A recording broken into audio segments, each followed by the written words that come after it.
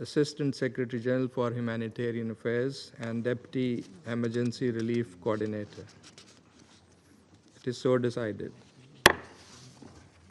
In accordance with Rule 39 of the Council's Provisional Rules of Procedure, I also invite His Excellency Mr. Stavros Lambrinidis, Head of the Delegation of the European Union to the United Nations, to participate in this meeting. It is so decided. The Security Council will now begin its consideration of item 2 of the agenda. I now give the floor to Mr. Miroslav Janša.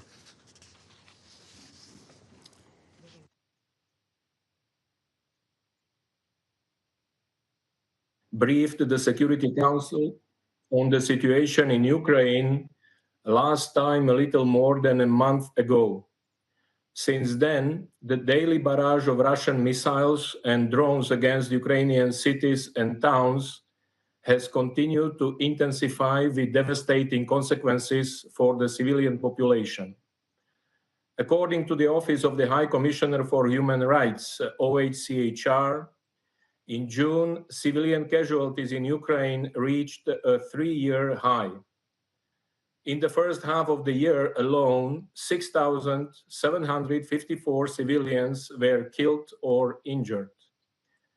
According to Ukrainian authorities, so far in July, the Russian Federation has launched at least 5,183 long-range munitions against Ukraine, including a record number of 728 long-range drones on 9 July. In recent weeks, the capital city of Kyiv and the historic port city of Odesa have been especially heavily impacted by the daily attacks involving massive swarms of hundreds of drones and dozens of missiles. And while frontline areas of Kherson, Zaporizhia, Sumy, Kharkiv, Dnipropetrovsk, and Donetsk regions of Ukraine remain particularly dangerous for civilians, nowhere is safe in Ukraine. Over the last few weeks, civilian casualties and damage to civilian infrastructure have also been reported in western Ukrainian regions of Lviv, Volyn, Chernivtsi, as well as in Lutsk and Ivano-Frankivsk, with the last two cities reportedly experiencing their heaviest aerial attacks of the war. Across the country, attacks have struck hospitals, schools, energy and transport infrastructure, and residential buildings. On 21st July, a massive Russian aerial strike on Kiev reportedly caused damage to a metro station where hundreds were seeking shelter. The same attack reportedly set a kindergarten on fire and damaged a multi-story residential building, resulting in dozens of civilian casualties.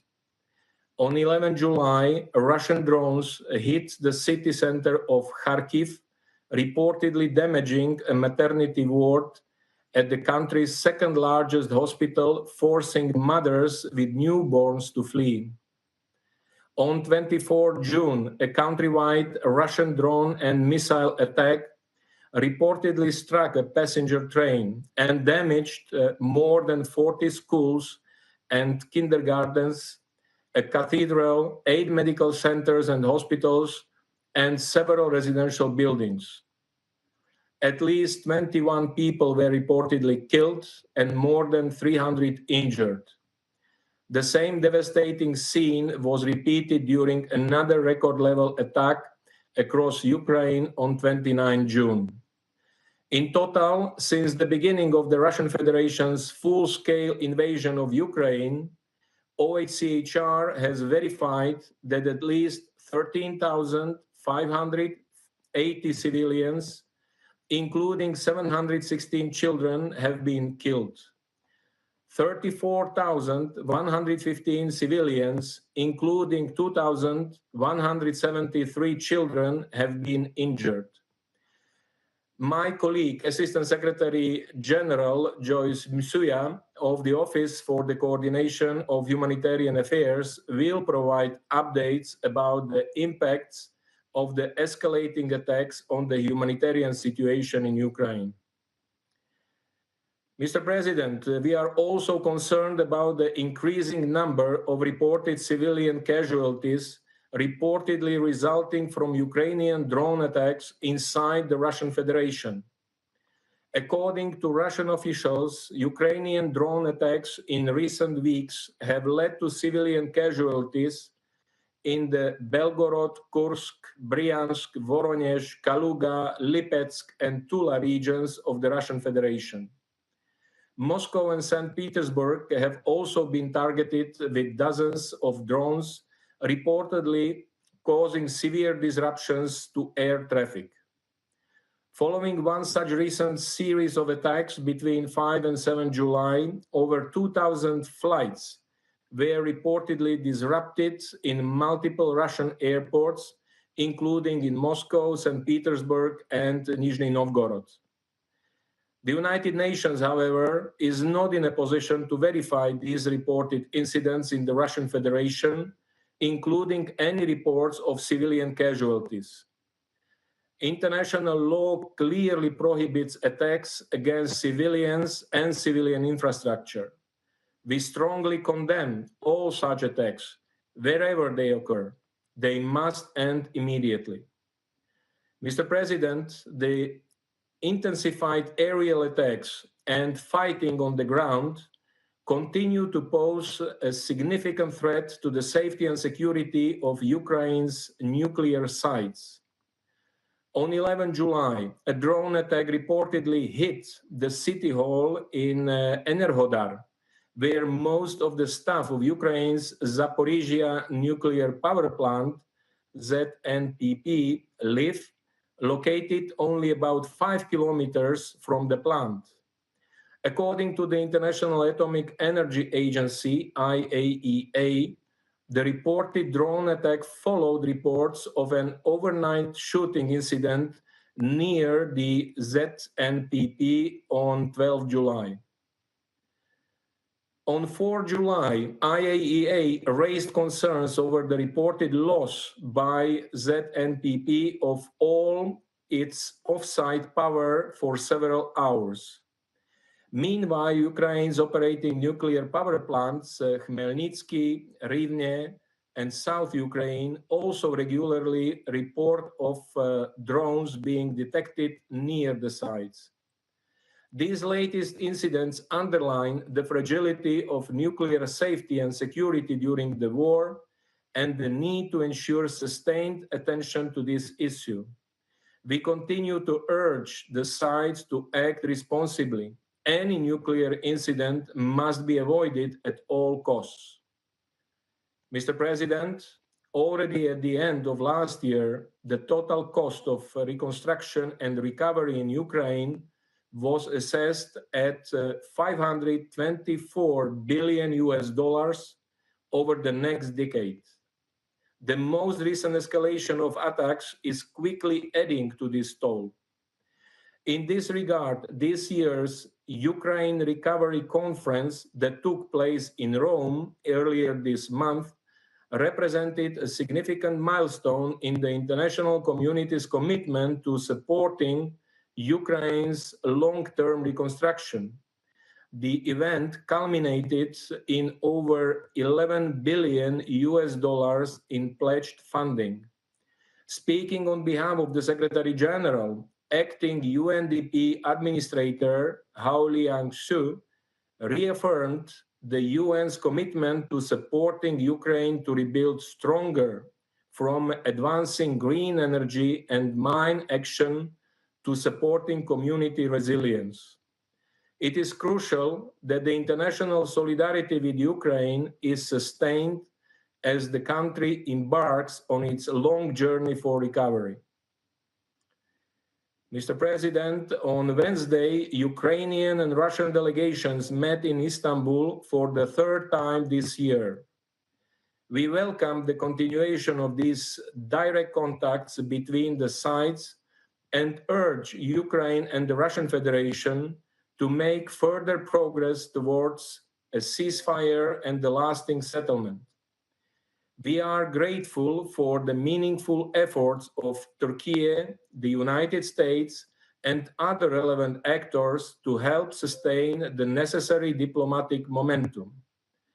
We commend in particular the reported progress made in the humanitarian track of these talks, including with regards to exchanges of prisoners and of war and civilian detainees. Since last May, following the first two rounds of negotiations in Istanbul, the Russian Federation and Ukraine have already reportedly exchanged hundreds of prisoners of war, including those badly injured, as well as more than 7,000 mortal remains. Each such exchange and repatriation alleviates the pain of the affected families and serves as a reminder that diplomacy can work. We therefore call on the sides to continue such exchanges. Mr. President, on Tuesday, this Council unanimously adopted a resolution reiterating that all states shall settle their international disputes by peaceful means through dialogue, diplomatic engagement, and cooperation in such a manner that international peace and security and justice are not endangered. The resolution also underscored the importance of the full, equal, and meaningful participation of women and meaningful participation of youth in dispute resolution efforts. As the Secretary General stated during that meeting, diplomacy may not have always succeeded in preventing conflicts, violence, and instability, but it still holds the power to stop them. With this in mind, and recalling the Security Council Resolution 2774 of 2025, adopted in February, it is crucial that the momentum of the ongoing diplomatic contacts is not only sustained, but reinforced by genuine political will to make tangible progress towards ending the current dangerous cycle of escalation as soon as possible. The heartbreaking and rising human toll of the past nearly 3.5 years of war underscores the urgency of a complete, immediate, and unconditional ceasefire as the first step towards a just and lasting peace. A peace that is in line with the UN Charter, international law, and relevant UN resolutions, and that respects the independence, sovereignty, and territorial integrity of Ukraine within its internationally recognized borders. We remain ready to support all meaningful efforts to this end. Thank you. I thank Mr. Jancha for his briefing. I now give the floor to Madame Joyce Msuya. Thank you, Mr. President. Thank you for the opportunity to brief the Council once again on the humanitarian situation in Ukraine, along with Assistant Secretary General Jenka. Since our last update to this Council on 20 June, the humanitarian situation in Ukraine has continued to deteriorate sharply. Over the past week, renewed waves of missile and drone strikes have devastated lives and infrastructure across multiple regions, as already outlined by Assistant Secretary General Jenka. According to the UN Human Rights Monitoring Mission in Ukraine, the scale and speed of civilian harm remain alarmingly high.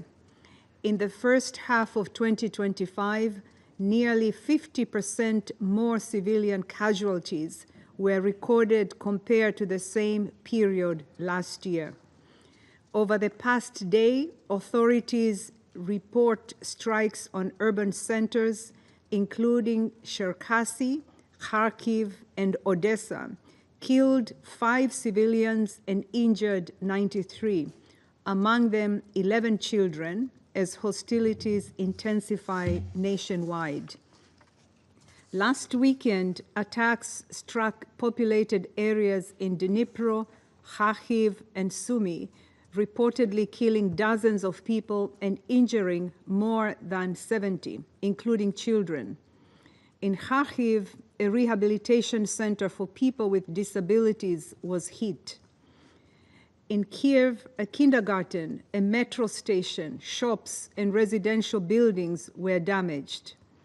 In the Ivano-Frankivsk region, once seen as a refuge far from the front lines and home to many displaced families, we saw the largest attack there since the war escalated in 2022. There is no safe place left in Ukraine. These are the latest in a series of attacks that have brought even more fear and suffering to communities, both near the front lines and far from them. The use of explosive weapons in populated areas, including long-range missiles and drones, remains a key driver of civilian harm. Mr. President, civilians in Ukraine continue to bear the heaviest burden, struggling to access food, water, power, and healthcare. Nearly 13 million people need assistance, but limited funding means we can reach only a fraction of them. For many displaced women and girls, safety remains out of reach. Risks of violence at home, in shelters, and during evacuations continue. Yet, the local women-led groups best placed to help are scaling back due to funding shortfalls, leaving countless women without the protection they so urgently need. Displacement from frontline areas continue to rise. Since April, more than 26,000 people fleeing hostilities have registered at transit centers. In response, our partners are working with authorities to open new sites in the Sumy and Dnipro regions to meet rising needs. Across Ukraine, 3.7 million people remain displaced, with nearly 6 million refugees abroad. Additionally, unverified reports in recent days and weeks indicate civilian casualties and damage to civilian infrastructure in the regions of Kursk, Bryansk, Belgorod, Voronezh, Kaluga, Lipetsk, and Tula regions in the Russian Federation. Under international humanitarian law, all parties must take all feasible precautions to avoid and minimize civilian harm. Mr. President, the continued use of anti-personnel mines puts civilian lives and livelihoods at risk every day. The Anti-Personnel Mine Ban Convention strictly prohibits their use. Under this convention, states have agreed that the harm caused by these weapons is unacceptable and that considerations of humanity must impose limits on their use. We cannot go back. This is why we note with alarm the recent decree by the Ukrainian president announcing Ukraine's withdrawal from the convention. This follows the regrettable decisions of neighboring countries to withdraw from this convention. Assertions of exceptional threats and military necessity cannot outweigh international humanitarian law, which seeks to limit human suffering precisely when a state is fighting against its enemy. The Secretary General has urged all states to adhere to humanitarian disarmament treaties and immediately halt any steps towards their withdrawal. Mr. President, despite relentless risks, our humanitarian partners in Ukraine continue their vital work, reaching more than 3.6 million people with emergency health care, shelter, clean water, and cash to families since January. But access remains precarious. In regions such as Kherson and Donetsk, intensified fighting has forced aid convoys to be delayed or suspended, putting humanitarian workers at risk and interrupting life-saving support. We remain committed to ensuring all necessary arrangements are in place to reach people in need safely and without obstruction. Our ability to reach an estimated 1.5 million civilians in areas under the control of the Russian Federation, including parts of Donetsk, Luhansk, Kherson, and Zaporizhia, remains extremely limited and increasingly difficult. It is not for lack of capacity or will, but rather persistent access impediments that prevent us from getting help to those who need it most. At the same time, we urgently need the resources to sustain and expand efforts where we have access. International humanitarian law could not be clearer. All parties must allow safe, rapid, and unimpeded access to civilians in need, no matter where they are or who controls the territory. Mr. President, despite the growing scale of needs, funding remains critically low. Just 34% of the $2.6 billion required for the 2025 Humanitarian Needs and Response Plan has been received, forcing cuts to vital programs just as needs are soaring. Cash assistance, mental health support, and services to respond to gender-based violence have been slashed due to funding shortfalls. Without an immediate influx of resources, even prioritized programs will be at risk, just as the people of Ukraine approach a fourth wartime winter.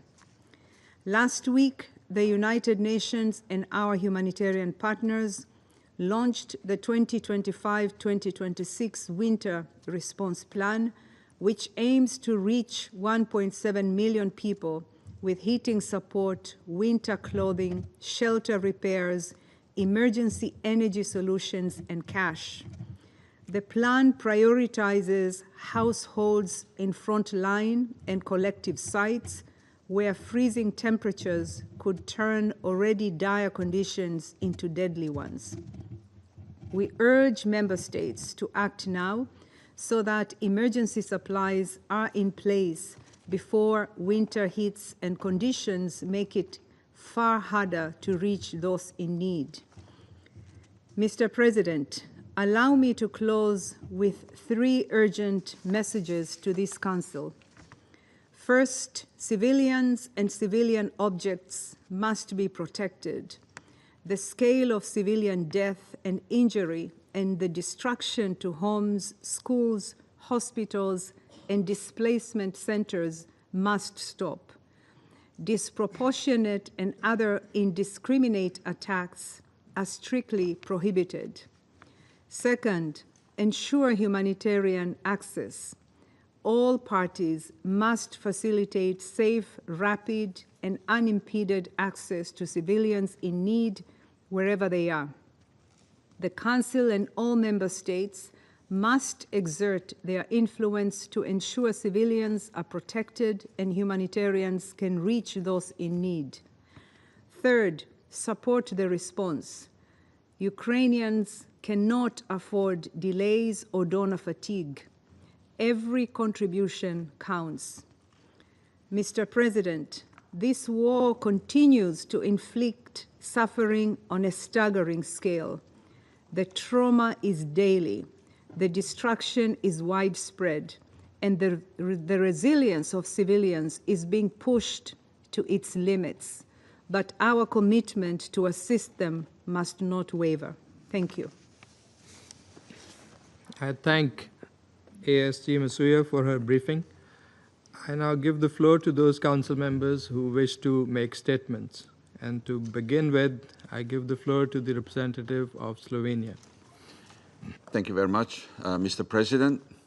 I would like to thank Assistant Secretary General Masuya and Assistant Secretary General Yencha for their insight and contribution to today's discussion. And I welcome representative of Ukraine in the chamber. Mr. President, today's briefings painted a comprehensive picture of the latest developments on the ground, and the picture is grim. Civilian casualties are on the rise.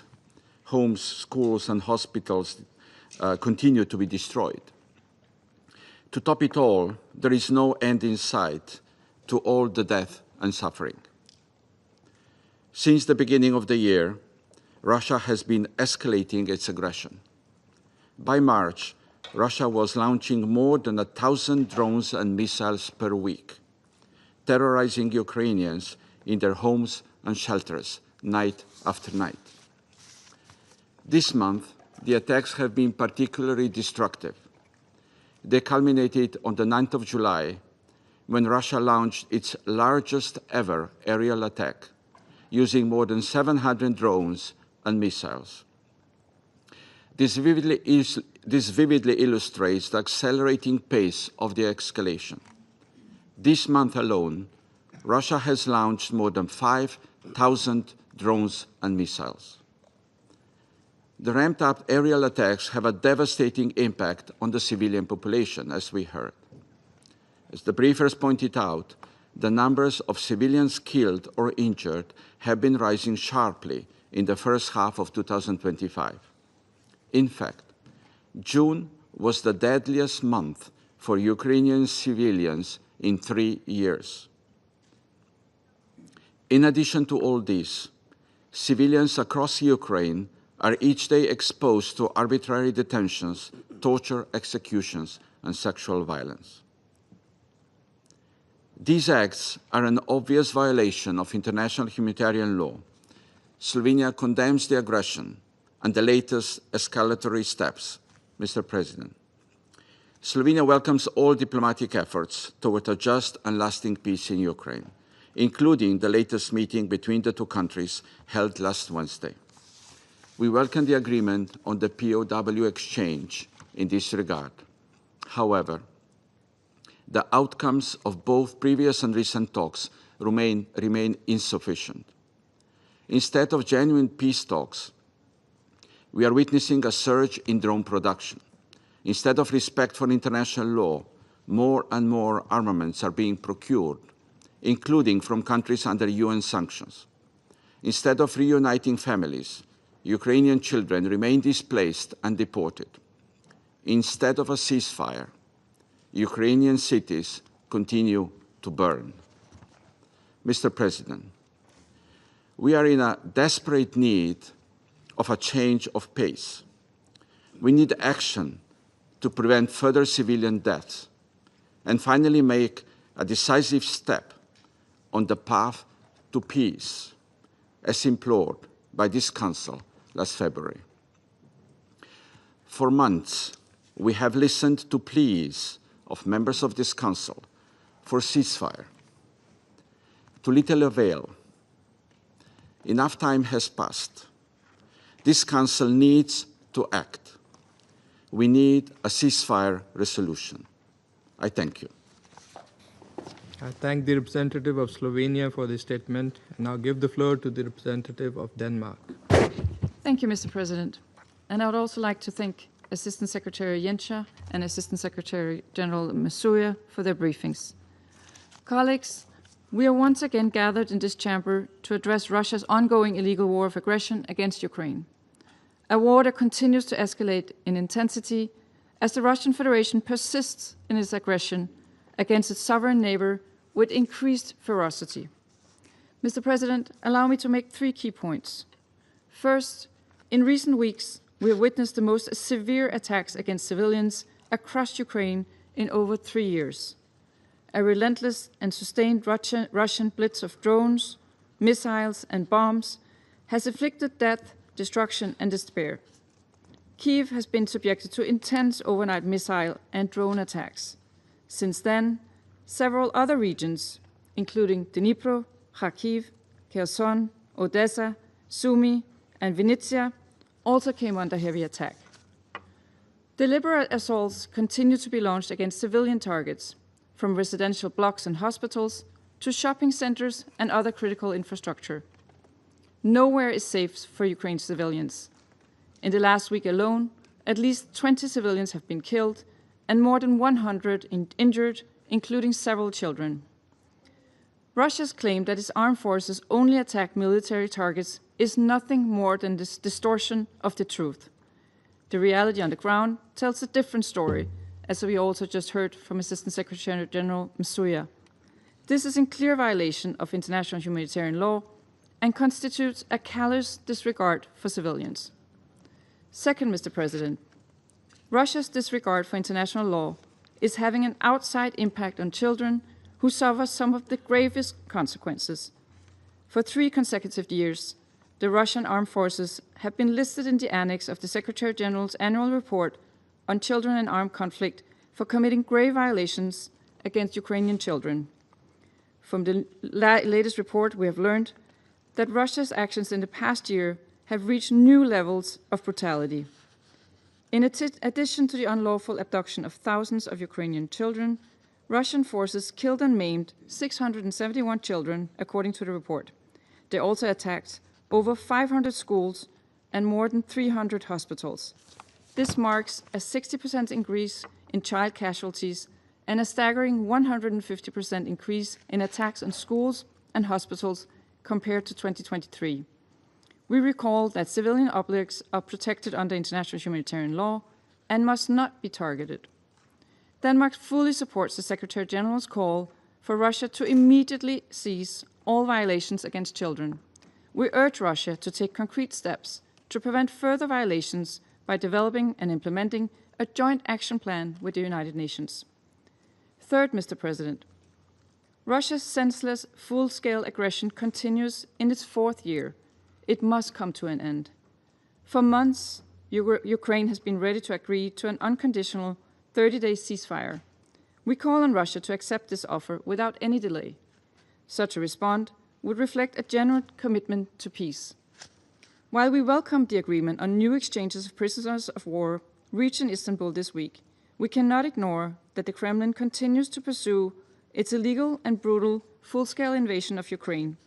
This week, Russia has continued to destroy cities, killing civilians, and targeting civilian infrastructure across Ukraine. These actions undermine the foundations for peace.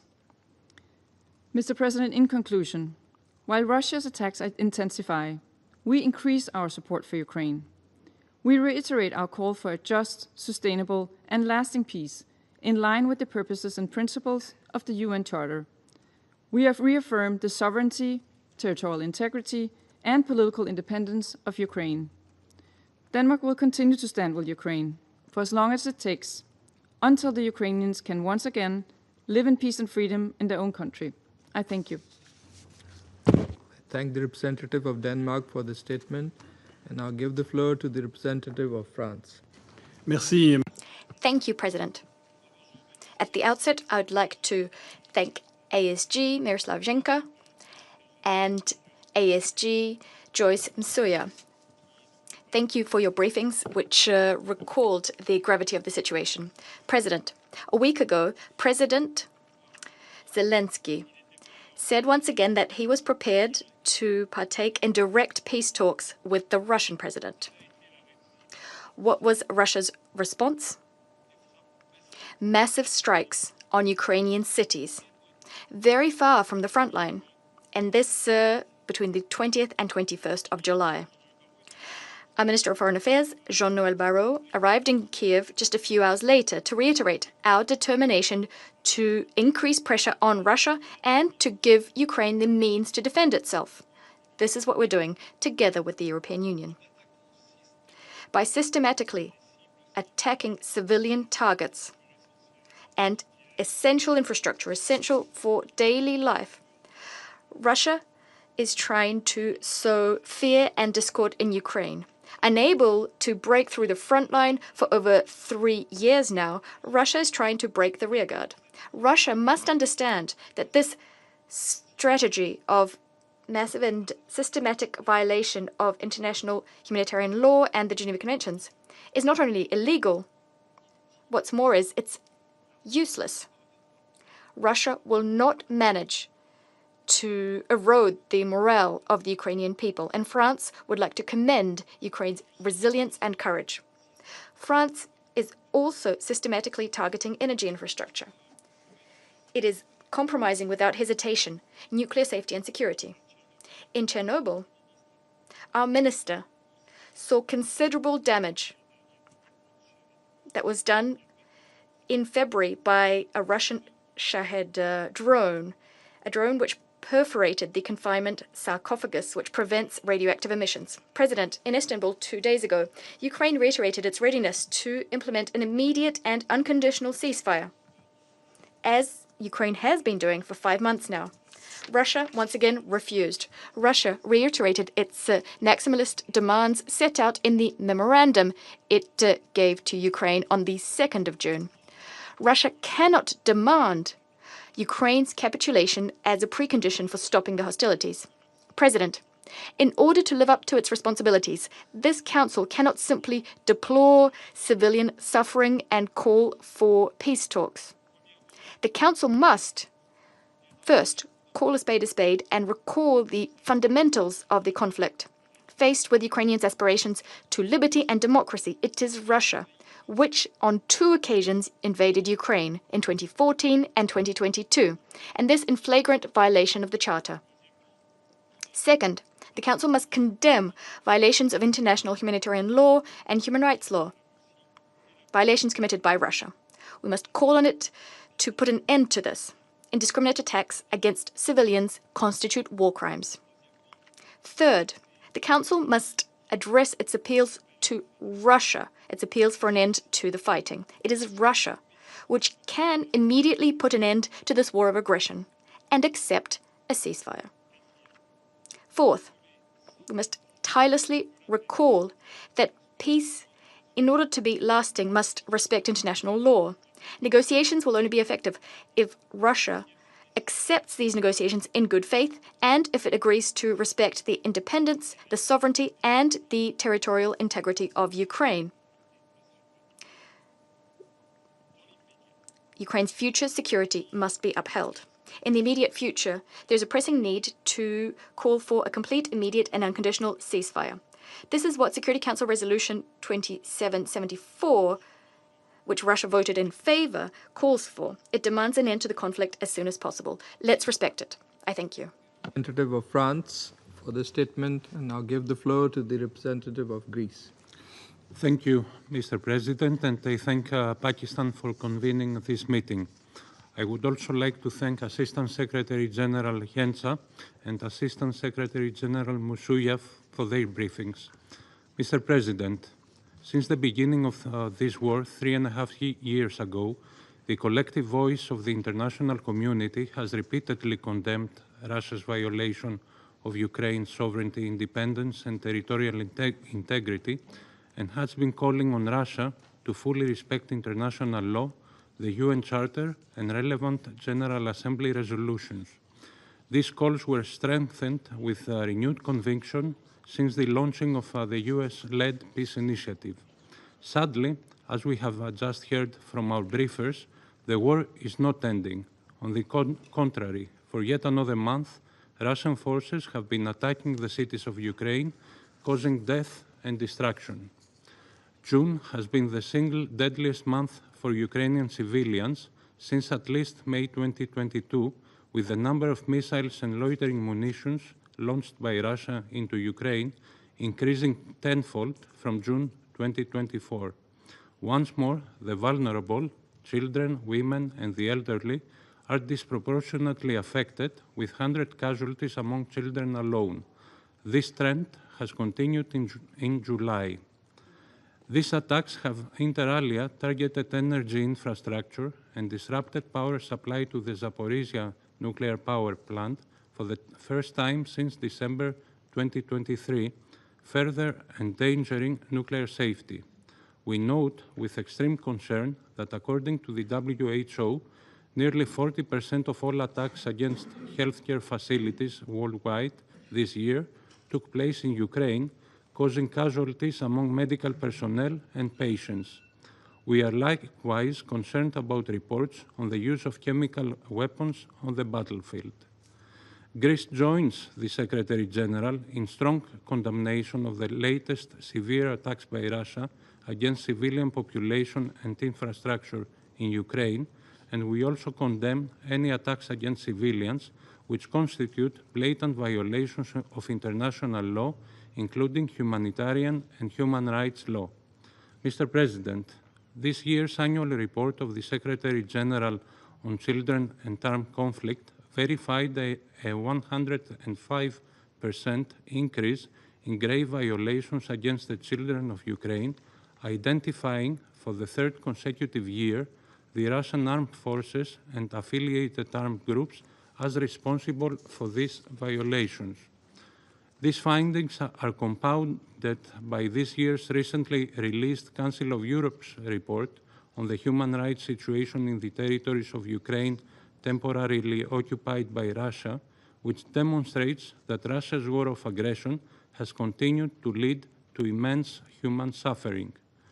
Mr. President, ensuring accountability is both a prerequisite for peace and a deterrent for further war. On that front, Greece welcomes the July 9th ruling of the European Court of Human Rights, in which the court held Russia unanimously accountable for flagrant and widespread abuses of at least 10 fundamental human rights in eastern Ukraine between 2014 and at least 2022. Greece also welcomes the signing of the agreement between the Council of Europe and Ukraine for the establishment of a special tribunal for the crime of aggression against Ukraine. Mr. President, we have long advocated for peace, which is long overdue.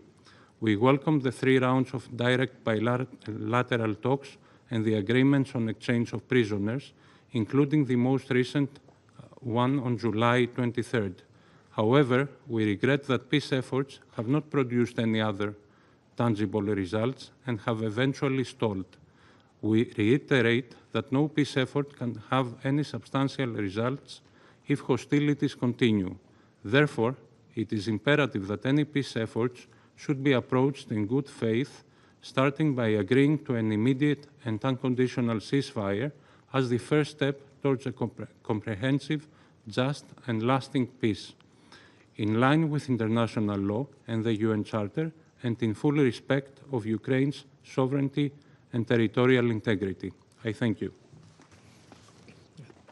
I thank the representative of Greece for the statement. Now give the floor to the representative of the Republic of Korea. Thank you, Mr. President. At the outset, I also would like to thank ASG Yencha and ASG Umsuya for their informative briefings and welcome the participation of Ukraine in today's meeting. Mr. President, as the war in Ukraine stretches beyond 1,250 days, the human, moral, economic, and geopolitical costs of this aggression continues to mount.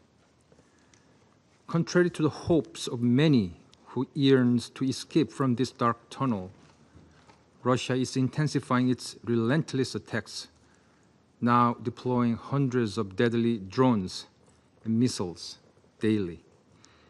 Indeed, June marked the highest monthly civilian casualty toll in 3 years, with 232 killed and 1,343 wounded. The humanitarian situation in Ukraine continues to deteriorate, and civilian suffering is deepening. We reiterate that such large-scale and indiscriminate attacks on civilians and civilian infrastructure constitute a clear violations of international humanitarian law. The Republic of Korea once again strongly calls for a full, immediate, and unconditional cessation of hostilities to prevent further civilian casualties. In this regard, we support the recent call by the United States to achieve a long overdue ceasefire within 50 days. And we urge Russia to respond to this call. one that has been echoed by nearly every other member of the international community. Now more than ever, as the casualties continue to mount and the war shows no signs of abating, the urgency for a ceasefire is undeniable.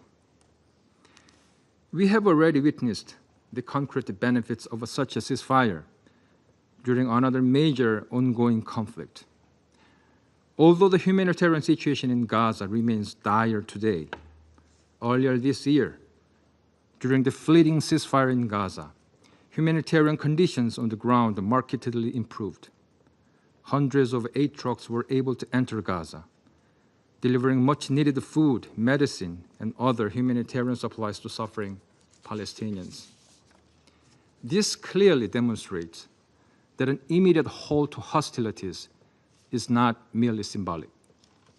It is a vital step toward alleviating civilian suffering and creating the necessary space for diplomacy. On another front, we also take note of the third round of talks recently held between Ukraine and Russia in Istanbul to seek an end to the conflict and bring about sustainable peace. We do not expect a miraculous breakthrough from just a few meetings. However, we do hope for the restoration of normalcy for the innocent civilians who have endured more than 3 years of immense hardship. They need a respite from the terrible nightly drone swarms, now numbering in the hundreds each day. We believe the realistic path to ending this war and achieving lasting peace begins with a prompt ceasefire agreement, followed by a sustained negotiations supported by confidence-building measures such as prisoner exchanges and return of fallen soldiers. These efforts must not be used to buy time for destructive or territorial ambitions, but instead must reflect the genuine political will to end this war. Mr. President, a major obstacle to achieving these goals lies in the ongoing military cooperation between Russia and the DPRK. Despite repeated condemnations from the international community, this illicit collaboration has been prolonging the war in Ukraine by enabling the large-scale transfer of ammunition, artillery, and missiles from the DPRK to Russia, as well as the deployment of North Korean troops in a flagrant violation of the UN Charter and relevant Security Council resolutions. Moreover, such cooperation poses grave risks to the security of the Republic of Korea and to regional stability. Potential military assistance and technological transfer from Russia to DPRK represent a serious and growing threat to the safety of the Korean people and to broader peace in Northeast Asia. We reiterate that all forms of cooperation between Moscow and Pyongyang must fully comply with relevant Security Council resolution and international law. In closing, Mr. President, the international community can no longer afford to stand idly by while this senseless war continues. This is why we must come together, raising a united voice to demand an immediate ceasefire and pursue a just and lasting peace. We sincerely hope that those who initiate this war will heed the principle, the call of the international community. I thank you, Mr. President. Thanking the representative of Republic of Korea for the statement, I now give the floor to the representative of the United Kingdom. Thank you, President. And I'd like to thank ASG Yanka and ASG Monsieur for your informative briefings today. Colleagues, the world has rallied around President Trump's call for an immediate and unconditional ceasefire. Ukraine has agreed, and we echo that call again today. Yet week after week, night after night, we see the number of Russian assaults grow. June was the deadliest month yet, and July is on track to be even deadlier. This makes a mockery of the diplomacy that Russia claims to support. And the consequences are even more devastating for the people of Ukraine. Across 5 nights, from the 18th to the 23rd of July, Russia launched over 940 drones and 59 missiles at Ukrainian cities, killing 20 civilians and injuring a further 216. Just days before, a record-breaking 728 long-range drones were launched on Ukraine in a single day. Since the start of the invasion, over 13,500 civilians have been killed and more than 34,000 injured. This includes more than 200 children killed or injured since March alone. We cannot allow ourselves to become desensitized to these figures. Behind each Russian strike, there is a person, a family, a community whose lives have been torn apart by Russia's brutal military invasion. The Shigids are one such family. On the 5th of June, as a Ukrainian firefighter arrived at the scene of a Russian attack on Chernihiv, he discovered that his wife, his daughter, and his grandson had all been killed. His grandson was only a year old. 3 generations lost to cold-blooded Russian brutality in just one night. This is not an isolated incident. Families like the Shigids are being torn apart across Ukraine and have been since February 2022. Russia has a clear and unqualified obligation to uphold the UN Charter. Russia also has an obligation to respect the Geneva Conventions and to the protection of civilians under international humanitarian law. There is simply no justification for brutal aggression like this. The reality is clear. Ukraine, a country illegally invaded by Russia, continues to show its commitment to peace. But President Putin prefers war. He is shunning diplomatic efforts made in good faith to bring an end to this horror, a horror of his own making. There is no ambiguity about what needs to come next. It is time for Russia to stop prevaricating and agree to an immediate and unconditional ceasefire as the first step towards a just and lasting peace. I thank you. I thank the representative of the United Kingdom for the statement. I now give the floor to the representative of Guyana. Thank you, Mr. President, for convening today's meeting. I would also like to thank Assistant Secretaries General Yencha and Misuya for the updates provided and for their work. In the 33 days that have elapsed since our last meeting on this topic, the situation on the ground has gotten considerably worse. The continuation of intense fighting in several regions and escalated attacks on civilian infrastructure continue to devastate civilian lives and drive displacement in Ukraine.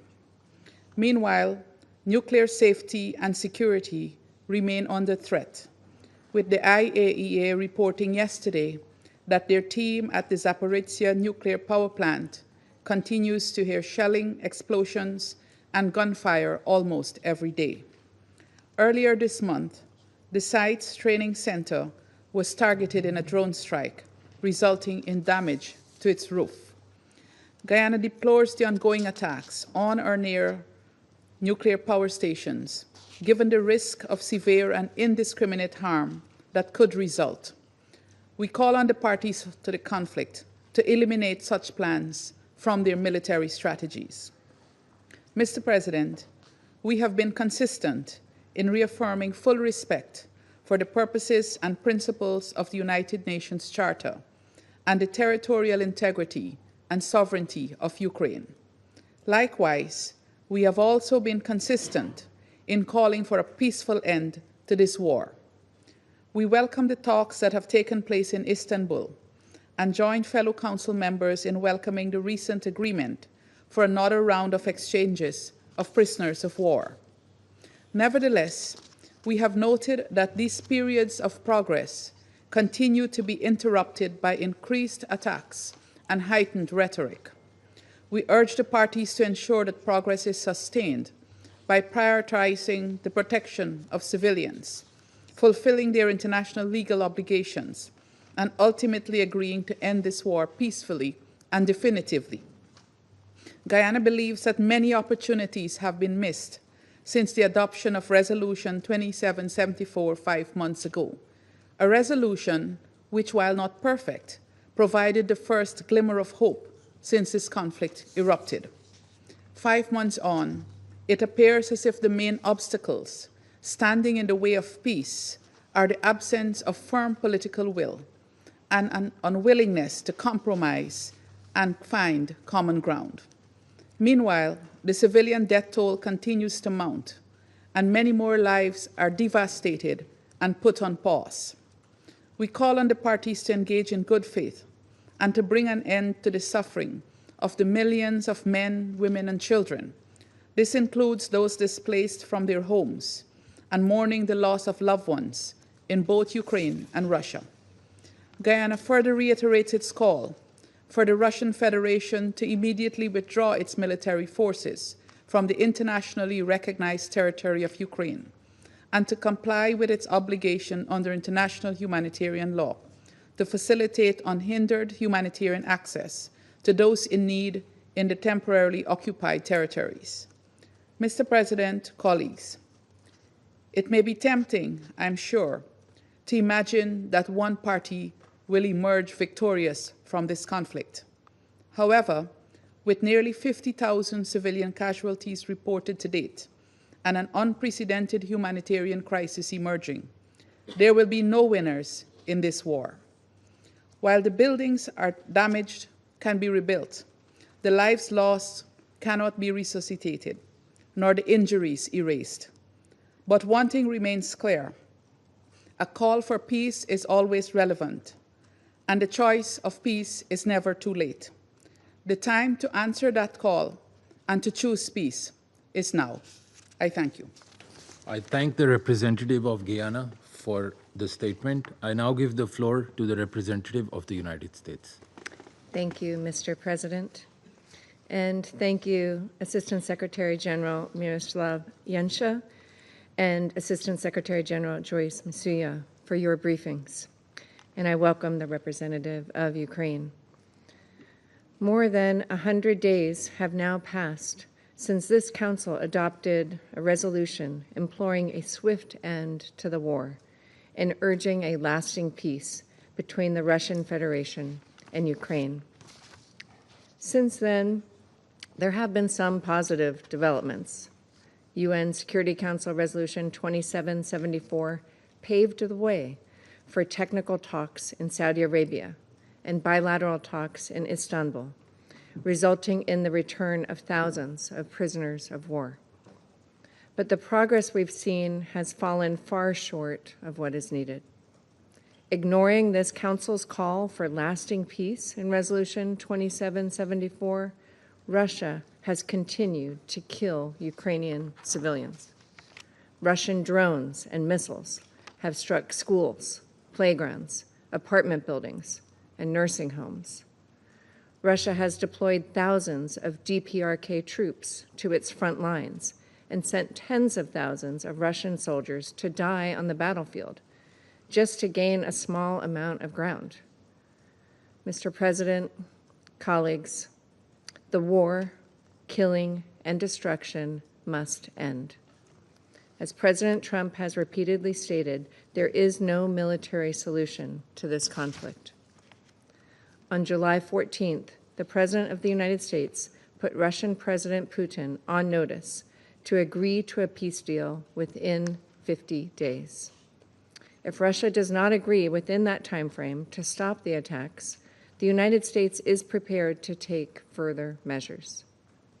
Additionally, we again urge all countries, including China, to stop exports to Russia of dual-use goods that contribute to Russia's war industrial base and enable its drone and missile attacks against Ukraine. Beijing's claim to have implemented strong export controls on dual-use goods falls apart in the face of daily recovery of Chinese-produced components in the drones, weapons, and vehicles that Russia uses against Ukraine. Mr. President, now is the time for all UN member states to do our part to bring this war to an end. I thank you. I thank the representative of the United States for the statement. I now give the floor to the representative of Somalia. Mr. President, I wish to express my appreciation to ASG Yanka and Masuya for their briefing. My delegation remains gravely concerned by the continued deterioration of the humanitarian and security situation in Ukraine. The latest developments only reinforce the urgency and the complexity of the crisis before us. In that regard, I would like to make the following points. First, we are deeply troubled by the ongoing escalation of attacks impacting civilians and essential civilian infrastructure. The protection of civilians and critical infrastructure are obligations enshrined under international law. We reiterate that all parties to the conflict must respect and uphold these principles without exception. Second, we remain convinced that there can be no military solution to this conflict. Dialogue and diplomacy are the sole means to bring an end to this long-standing conflict and achieve sustainable peace. Continued hostilities serve only to prolong suffering and further diminish prospect for a sustainable peace. Diplomatic channels must remain open. In that context, we welcome the ongoing discussions in Istanbul between the Russian Federation and Ukraine concerning the exchange of prisoners of war. While these negotiations are not without challenges, they represent a constructive step on the humanitarian track. Progress, even incremental, on such issues can pave the way for broader engagement and contribute to building the trust necessary for peace. Third, we emphasize the important role of the international community in supporting diplomatic initiatives and fostering conditions conducive to a peaceful settlement. Any durable resolution will require compromise, confidence-building measures, and genuine commitment to dialogue. We reiterate our call upon all parties to exercise restraint, recommit to diplomatic efforts, and work towards an immediate and comprehensive ceasefire. In closing, Mr. President, our delegation reaffirms its unwavering support for all efforts aimed at addressing the underlying causes of the conflict and achieving a just and lasting peace in accordance with the United Nations Charter. The people of Ukraine and all those affected by this crisis deserve a future founded upon peace, security, and dignity. I thank you. I thank the representative of Somalia for the statement. I now give the floor to the representative of Panama. Gracias, señor presidente. Thank you, President. Panama regrets the accident that occurred yesterday in the Russian Federation, and we'd like to extend our condolences to the relatives of those who lost their lives, as well as the people and government of Russia. President, we welcome the convening of this briefing and the timely participation of Mr. Yencha, ASG, and Ms. Msuya, ASG. They have provided us with detailed information about the humanitarian situation and security situation in Ukraine. Panama continues to be deeply concerned by the prolonged war in Ukraine. It is alarming that this conflict, with its devastating humanitarian consequences, has become a regular item on our agenda. We should not allow violence to lose its ability to move us, nor for the normalization of suffering to be imposed upon our collective responsibility. Like in any conflict, those who are most affected, those who bear the brunt, are those who have the least responsibility, that is to say, civilians who only wish to live in peace. This reality should compel us to ask ourselves, have we really learned from the tragedies that characterize the 20th century? Attacks on schools, hospitals, critical infrastructure, an increasingly vulnerable population, physically and emotionally exhausted. All of this cannot and must not be normalized. The detailed reports that Mr. Yencha and Ms. Msuya have provided us today clearly show with eloquent figures the lamentable effects of the attacks and the collective and individual tolls of the attacks on civilians, as well as human displacement and the deterioration of the humanitarian situation. And this is in addition to the increasing cost of the reconstruction of Ukraine.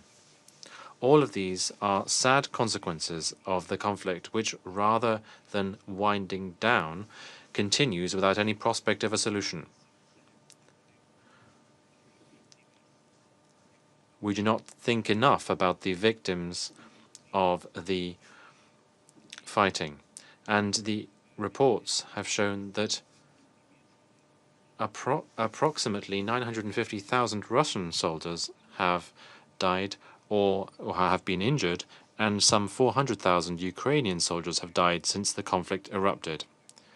Every day that passes without our acting deepens the collective trauma and erodes the minimal bases of the social contract.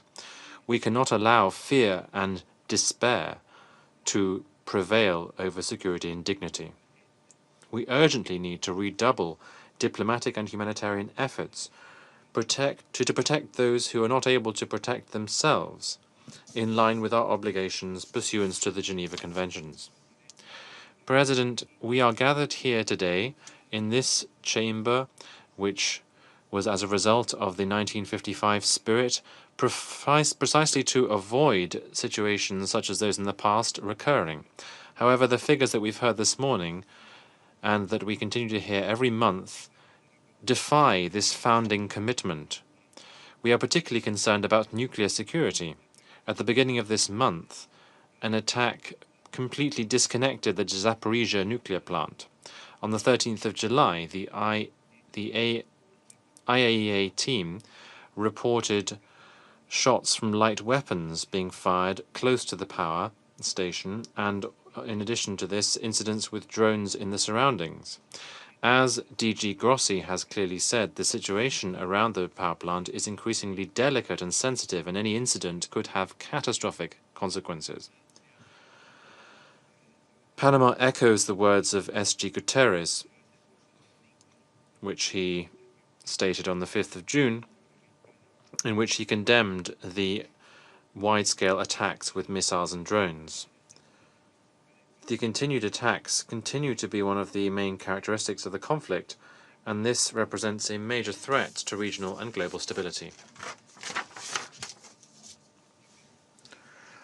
Fair and lasting peace in Ukraine necessarily involves fully respecting Ukraine's sovereignty, territorial integrity, and political independence, pursuant to the principles laid out in the UN Charter. We urge the parties to immediately cease hostilities and to fulfill their obligations pursuant to international law, including international humanitarian law. In February of this year, one of this Council's resolutions offered a window of opportunity to a negotiated solution. Unfortunately, this opportunity was not taken advantage of. In this regard, we encourage the parties to continue direct talks, such as the talks that were held this week in Istanbul, which led to a new agreement for the exchange of prisoners of war. In addition to this, we reiterate that only through dialogue, diplomacy, and respect for these principles will it be possible to curb this spiral of suffering and to restore a peaceful and sustainable solution. Thank you. I thank the representative of Panama for this statement. I now give the floor to the representative of Sierra Leone. Thank you, Mr. President. I thank you for convening this important meeting at the request of Slovenia, Denmark, France, Greece, the Republic of Korea, and the United Kingdom. I also thank Assistant Secretary General Miroslav Jenča and Ms. Joyce Musia for their comprehensive and sobering briefings. We welcome the participation of the representative of Ukraine in today's meeting.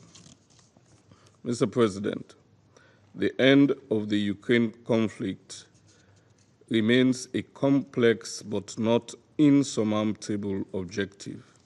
Encouragingly, 3 rounds of talks in Istanbul between the parties have facilitated the exchange of thousands of prisoners of war and detainees, as well as progress in the return of over 300 Ukrainian children by the Russian Federation. While a ceasefire agreement remains elusive, such confidence-building measures, alongside the reported intention to establish joint working groups to regularly address political, humanitarian, and military dimensions, offer signs of continued engagement through diplomatic channels. In this regard, we wish to make 3 key points. First, Sierra Leone is deeply concerned by the indiscriminate use of long-range missiles and drones in densely populated areas, resulting in widespread civilian suffering and destruction of civilian infrastructure. According to the Human Rights Monitoring Mission in Ukraine, missile and drone attacks in June 2025 were 10-fold higher during the same period last year, causing extensive damage to energy, water, medical, and other vital civilian infrastructure. Since the beginning of this year, approximately 6,754 civilians have reportedly lost their lives, including an alarming increase in casualties among children. Reports from UNICEF further indicate that about 70% of the children in Ukraine, roughly 3.5 million, are facing severe material deprivation, including lack of access to food, clothing, heating, and education. For more than 3 years, the lives of these children have been shaped by fear, loss, and trauma, a situation that must not be normalized.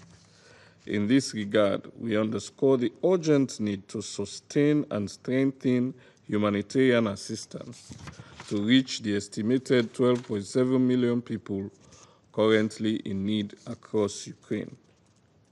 We reiterate that the protection of civilians must be central to all military operations, with strict adherence to the principles of distinction, proportionality, and precaution, and call on all parties to uphold their obligations under international law. Second, we urge the parties to the conflict to demonstrate the necessary political will and commit to structured negotiations aimed at achieving a sustainable resolution of the conflict. Building on the progress made in Istanbul, we join others in encouraging high-level political dialogue to address substantive matters for a ceasefire and a lasting peace. We welcome reports of private engagements between the heads of the respective delegations and urge continued negotiations in good faith with a focus on political and humanitarian priorities. We commend the sustained efforts of the United States, European leaders, and other partners in support of a comprehensive ceasefire. In light of the deep human suffering caused by the conflict, we appeal to the parties to prioritize the well-being of their citizens and seize the opportunity to bring an end to hostilities. Third and finally, the international community must begin to prepare for the post-conflict reconstruction and stabilization of Ukraine. The scale of devastation is immense. An estimated 139,000 square kilometers of territory are reportedly contaminated with landmines and explosive remnants of war, posing enduring threats to safety and livelihood. Short-term financial requirements for budgetary support, reconstruction, and humanitarian assistance have been estimated at approximately 40 billion annually by the Kyiv School of Economics. According to the World Bank's Rapid Damage and Needs Assessment done in February this year, long-term reconstruction costs may amount to over 524 billion in the coming decade. Thus, the challenge ahead is significant. We welcome international coordination mechanisms supporting Ukraine's recovery, including the Multi-Donor Coordination Platform and the Ukraine Recovery Conference. The guiding principles are outlined in the Lugalo Declaration: partnership, reform focus, transparency, democratic participation, inclusivity, and sustainability remain fundamental. We also note with appreciation the increased engagement of the private sector in the recent recovery conference held in Rome, underscoring the crucial link between sustainable development and durable peace. In conclusion, Mr. President, we reaffirm that only a comprehensive ceasefire and peace agreement will enable the government and people of Ukraine, including over 10 million displaced persons, to begin the arduous process of recovery, healing, and rebuilding. Sierra Leone reiterates its support for all efforts that seek to protect civilians, uphold international humanitarian law, and advance a just and lasting peace that respects the sovereignty, territorial integrity, and internationally recognized borders of Ukraine, while addressing the legitimate security concerns of all parties to the conflict. I thank you. I thank the representative of Sierra Leone for the statement. I now give the floor to the representative of Algeria. Thank you, Mr. President. At the outset, I would like to thank Assistant Secretary General for Europe, Central Asia, and the Americas, Mr. Miroslav Vienka, and Assistant Secretary General for Humanitarian Affairs and Deputy Emergency Relief Coordinator, Ms. Joyce Msuya, for their valuable briefings. Mr. President, unfortunately, the ongoing war between Russia and Ukraine continues, as does the killing of innocent civilians, including women, children, and the elderly. In addition to the continued recorded heavy losses in property and infrastructure, including vital facilities, which Algeria has condemned several times for being a flagrant violation of the rules of international law, including international humanitarian law. And despite the positive momentum we have witnessed recently, which was embodied in long-awaited direct meetings between the two parties, the logic of confrontation and fighting still dominates on the ground, and unfortunately, the logic of polarization still affects the state of affairs, undermining diplomatic efforts to end this war. This conflict has not only affected the peoples of the region, but has also had spillover effects in many regions of the world, especially developing countries, as a result of the repercussions of this conflict on food and energy markets across the world. Faced with this situation, my delegation would like today to stress the following points. 1. Algeria reiterates its call on the two parties to show restraint and wisdom and to make the lives and safety of civilians their priority and to fully abide by the rules of international law, including international humanitarian law, which expressly prohibit the targeting of civilians and civilian infrastructure. 2. Algeria stresses its firm conviction that the solution will not come by the force of arms or by imposing hegemony, but by favoring the language of constructive and inclusive dialogue and negotiations, and the ability of both parties to overcome differences and to find a peaceful solution that will put a definitive end to hostilities and end the war. In this regard, Algeria calls on the parties to focus effort on the ongoing negotiating process and to be inspired by the positive results achieved so far through the exchange of prisoners to reach a just and lasting peaceful solution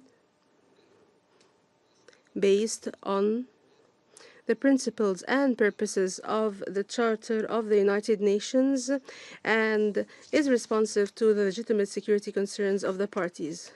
3. Algeria renews its call on the international community to redouble its diplomatic efforts to create an atmosphere conducive to negotiations that brings views closer together, away from polarization and narrow geopolitical calculations. Finally, Algeria renews its firm commitment to support any international efforts aimed at finding a peaceful political solution that satisfies both parties and putting an end to this war and returning the entire region back to safety. I thank you.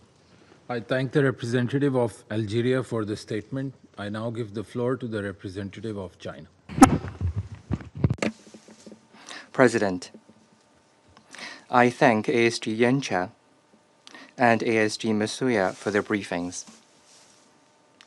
We've noted that Russia and Ukraine have in recent times continued to implement the consensus reached in previous negotiations and promoted the exchange of prisoners of war and the remains of fallen soldiers.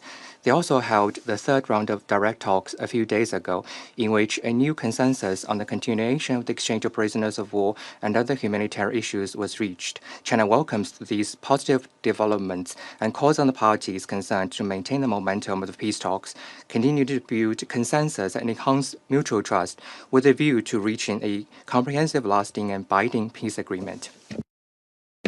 We've also noted that in recent days, Russia and Ukraine have continued to carry out large-scale drone and missile strikes against each other, resulting in heavy casualties and infrastructure damage and destruction. China is deeply concerned and saddened by this, and once again urges the parties to the conflict to show maximum restraint, comply effectively with international humanitarian law, and refrain from attacking civilians and civilian infrastructure under any circumstance. It is imperative that the two sides make joint efforts to de-escalate on the battlefield at an early date. We have further noted that Russia and Ukraine have recently issued statements toward each other about how to restore peace in Europe and achieve a political solution to the crisis. The major parties in the international community have also repeatedly released positive signals on dialogue, negotiation, and ceasefire, and continue to engage in diplomatic efforts for peace talks. China welcomes all efforts towards peace and encourages both Russia and Ukraine to continue to show political will and flexibility, while the international community continue to call for peace, build a consensus for peace, and carry out efforts for peace. All parties should jointly make practical efforts to promote a political solution to the crisis. President, China has always maintained an objective and impartial stance on the Ukraine issue and has been committed to promoting peace talks and political solution. We have been actively carrying out diplomatic mediation in accordance with 4 shoulds proposed by President Xi Jinping while maintaining effective communication with both Russia and Ukraine. We have initiated the establishment of Friends of Peace Group on the Ukrainian crisis with Brazil and other countries in the Global South in order to build greater synergy for a ceasefire and the realization of peace. China will, as always, play a constructive role in the political settlement of the crisis. President, I'd like to respond to the statement by the U.S. representative. As we've pointed out many times in the Council, China did not start the Ukraine crisis, nor is it a party to it. China has never provided lethal weapons to any party to the conflict and has always strictly controlled dual-use materials, including the export of drones. We urge the U.S. to stop shifting blames on the Ukraine issue or creating confrontation, and instead playing a more constructive role in promoting ceasefire and peace talks. What's more, President, I'd like to take this opportunity to say a few more words. This past Tuesday, when the Council held an open debate on the peaceful settlement of disputes, the U.S. representative took advantage of the meeting to attack and accuse China on the South China Sea issue this past Thursday. When the Council held an open meeting on cooperation between the UN and the Organization of Islamic Cooperation, the representative of the U.S. once again started its provocation by slandering and smearing China on Xinjiang-related issues. Today, when we are considering the issue of Ukraine, the representative of the U.S. again started to spread false information and lies about China. Within a single week, the U.S. has made groundless accusations at China in the Security Council multiple times. They only prove that what the U.S. cares about is not maintaining international peace and security or promoting the political settlement of war or conflicts, but rather using this council to suppress and attack other countries and engage in political manipulation to serve its own agenda. As a permanent member of the council, the U.S. should be ashamed and disgraced by its own words and deeds. We urge the U.S. to change course at an early date and engage constructively in the work of the Council. Thank you, President. I thank the representative of China for the statement. I now give the floor to the representative of the Russian Federation. Thank you, President. To be frank, when we heard about this meeting on Ukraine being requested by our Western colleagues, there was a fleeting thought in our minds. We thought that the reason for this was the fact that at the start of July, we received a poignant letter from a group of Ukrainian political prisoners addressed to the Security Council President. Let me remind you that it was signed by well-known politicians, human rights defenders, civil servants, and MPs who are today prisoners of the Zelensky regime, for instance, Elena Berezhnaya, Vyacheslav Boguslayev, Vitaly Godina, Artem Dmitruk, Alexander Dubinsky, Oleg Kulinich, Miroslav Oleshko, Alexander Oleynikov, Yuri Rabucha. You all had an opportunity to read that letter and to see for yourself that the number of political prisoners in Ukraine runs into the thousands. Constitutional norms and laws are not being implemented. People are being put behind bars for, and here I quote, calling for peace and the holding of elections, for opposing the war between Slav peoples, for their political and religious convictions, for criticizing the forced mobilization, and for their active civil stance, end of quote. Ukrainian political prisoners are calling on the Security Council to achieve a repeal, and here I quote again, of all illegal sanctions imposed since the start of the war on Ukrainian citizens, for instance, unconstitutional and repressive means of political persecution, end of quote. So it's not just a letter, it's a cri de coeur. Now, back then, we didn't draw the Council's attention to this document to avoid giving our foes a pretext to try and portray all of this as Russian propaganda, as they always do in such cases. Think no further than the fact that in January 2024, Gonzalo Lira, an American citizen, was tormented to death in a security service of Ukraine cell, whose HR revelations were written off as Russian propaganda by the Kiev regime. Starting in 2014, any criticism of the Ukrainian government, according to what they say is Russian propaganda. This unsophisticated logic persists to this day.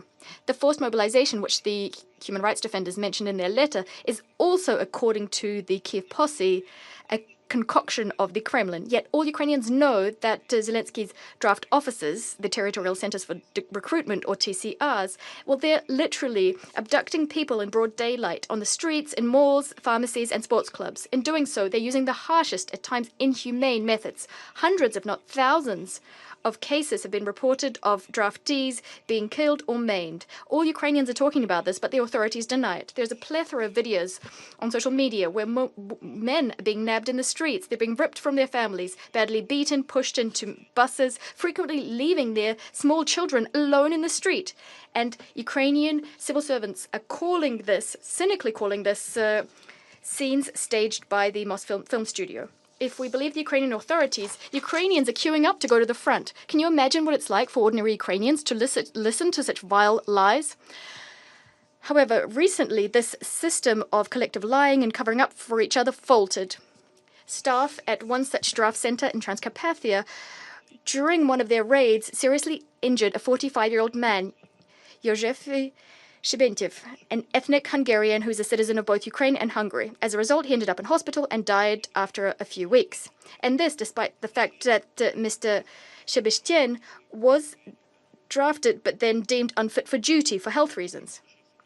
There are hundreds of such cases in Ukraine. They are the norm for the so-called Zelensky concentration camp. That's what Ukrainians are calling their own country. Yet for our Western colleagues, this topic is taboo.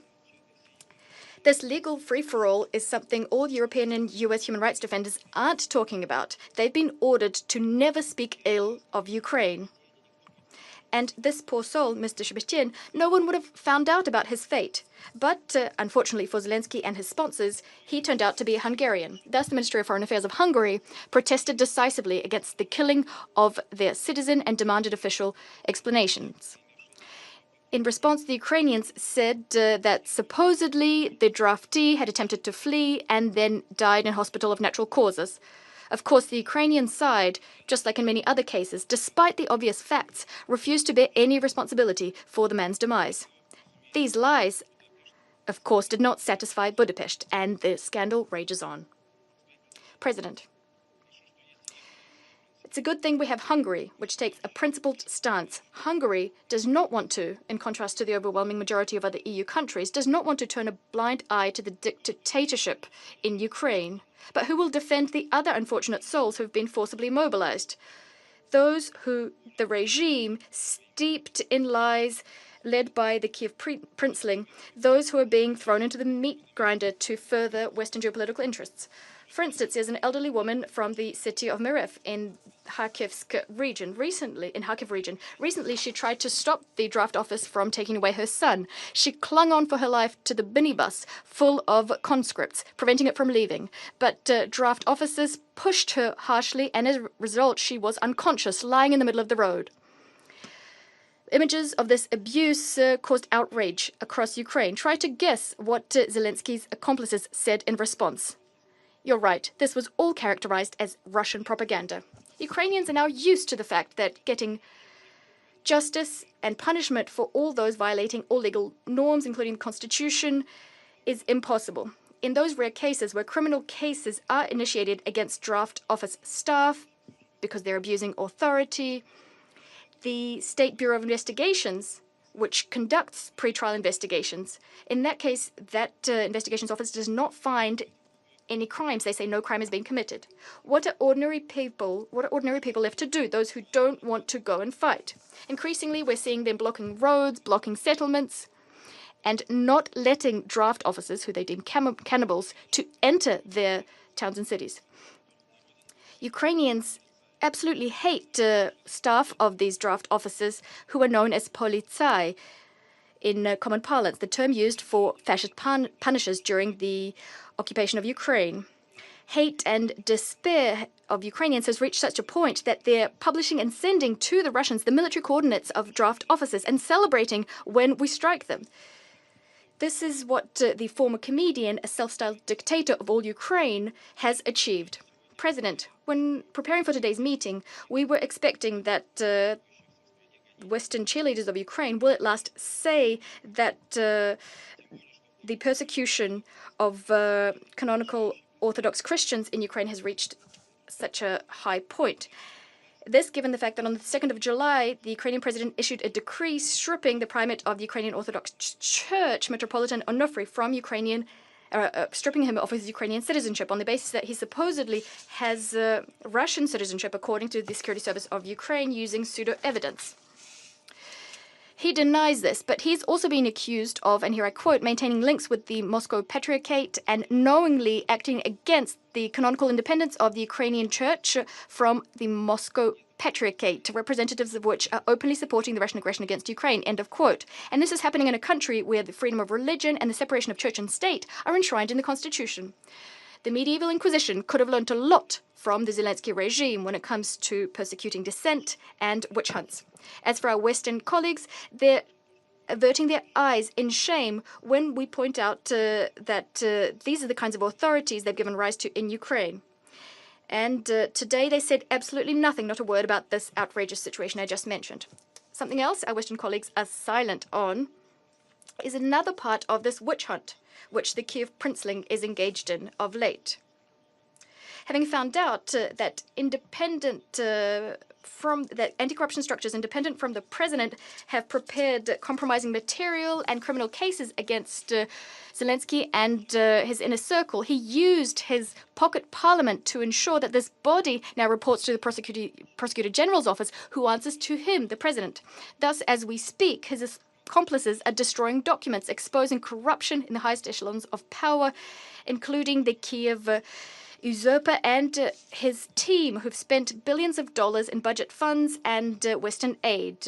Now, having gotten their hands on this evidence, the evidence that exposes them, they're now backtracking, supposedly in response to a negative uproar in Ukrainian society and abroad. It's worth noting that the bodies that are being struck, the bodies that are being hit, were initially set up under Western pressure, portrayed as an antidote to corruption.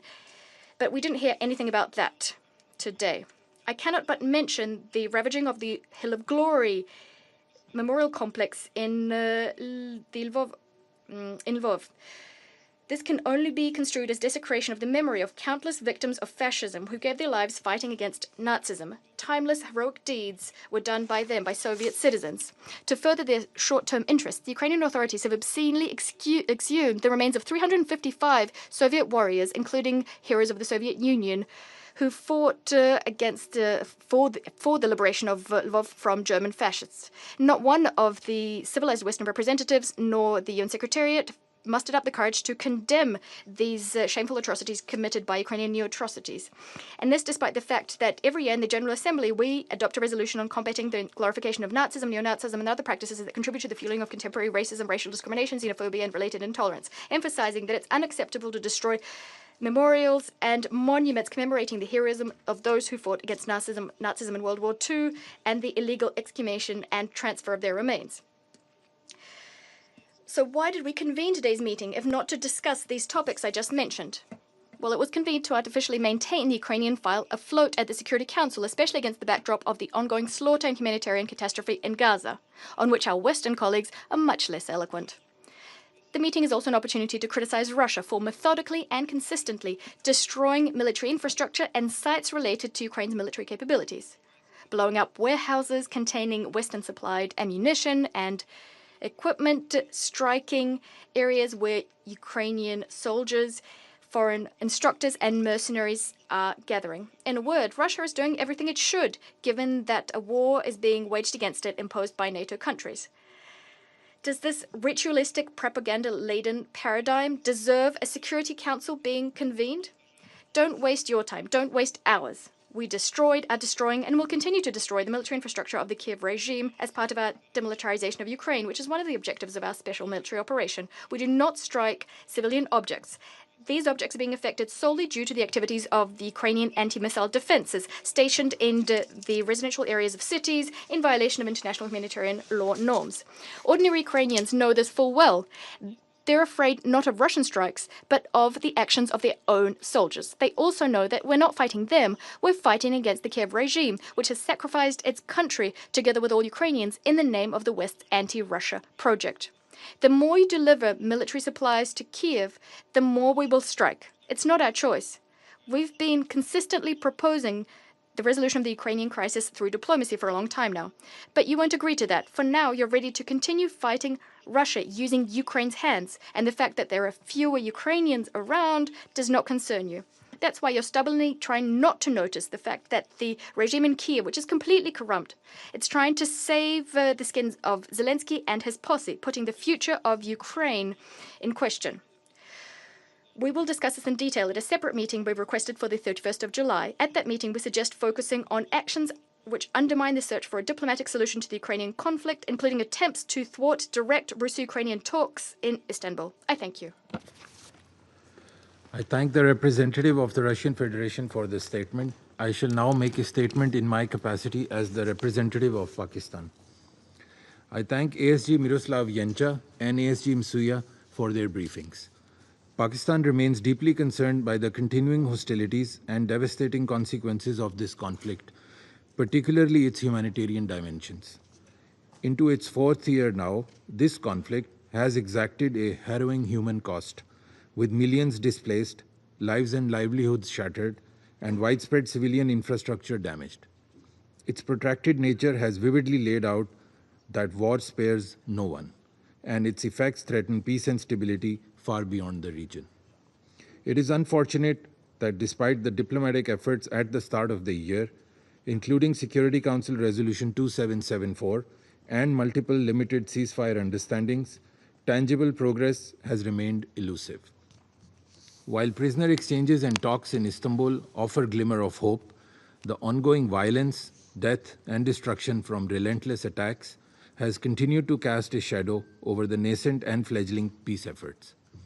It is imperative that the echoes for peace must be heard. Peace in Ukraine is long overdue. The calls for ending this conflict should not be allowed to be muted by the continued drums of war. In this context, Pakistan reiterates the following urgent imperatives. First, the protection of civilians is a must. The international humanitarian law is clear, and it is vital that it must be upheld unconditionally. Targeting of civilians and civilian infrastructure under any pretext cannot be justified. Second, military solution and continued escalation is akin to pursuing a dead end. Continued attacks and the recent surge in these attacks has only deepened the suffering of people affected by this conflict. Sustainable peace demands de-escalation, ceasefire, and unwavering commitment to dialogue. Third, peaceful settlement must be our lord star. That is our commitment expressed in Resolution 2788 adopted earlier this week. Diplomacy is the only path forward. We welcome the talks between the Russian Federation and Ukraine. These, however, must translate into tangible de-escalation, and steps such as prisoner swaps should catalyze broader political negotiations aimed at ending this conflict. Pakistan has been a consistent advocate for peace. From the very outset, we have called for de-escalation and giving primacy to dialogue and diplomacy. Only a sincere and meaningful dialogue which addresses security concerns of all sides is anchored in the principles of UN Charter and international law and respects the relevant multilateral agreements can help lead to peace that is just and enduring. Pakistan stands ready to support all regional and international efforts that pave the way for a peaceful resolution of the Ukraine conflict. I thank you. I resume my function as President of the Council. The representative of the United States has asked for the floor to make a further statement. I give you the floor, Madam. Thank you. Mr. President, I would like to reply to the assertion that the United States made, and I quote, groundless accusations, and that somehow this was a misuse of the Council. I reject these allegations. The United States has raised pertinent information, and in a case in point today, we noted that materials and components supplied by China are ending up in Russian weapons, weapons which Russia is using to strike Ukraine, killing Ukrainian civilians, and destroying Ukrainian infrastructure. If China is sincere in calling for peace, it should stop fueling Russia's aggression. I thank you. I thank the representative of the United States for the statement, and the representative of China has asked for the floor now to make a further statement. I give you the floor, sir. Thank you, President. I'll be very brief. China on the issue of Ukraine our position has been repeated so many times. We are calling for a ceasefire, and we're committed to promoting peace talks. China's efforts have been seen by all. For the U.S., I would like to say that there are so many hotspot conflicts and complex international situations. The international community needs cooperation and solidarity instead of diversion and confrontation. Thank you. I thank the representative of China for those further remarks. I now give the floor to the representative of Ukraine. Thank you, Mr. President. I wish to express Ukraine's sincere appreciation to the Presidency of Pakistan for convening today's meeting. We are also grateful to ASG Miroslav Janča and ASG Joyce Msuya for their insightful briefings. Tragically, since the last meeting of the Security Council in June, the security situation in Ukraine has not improved. On the contrary, the Russian Federation has intensified its campaign of terror through relentless drone and missile strikes, deliberately targeting civilians across our country. This month, each massive attack by the Russian Federation on Ukrainian civilians and civilian infrastructure has broken previous records in the number of missiles, drones, and bombs used, resulting in further civilian casualties and destruction. Ukraine strives to ensure that the world hears the story of every life lost as a result of Russia's illegal, unprovoked, and unjustified war of aggression. Each life is irreplaceable, a profound loss that can never be undone. Allow me to share one of, unfortunately, many such stories. This month, in the village of Проводит in Kherson region, a Russian drone strike claimed the life of Dmytro, a boy just 1 year and 1 month old, as he stayed in his great-grandmother's home.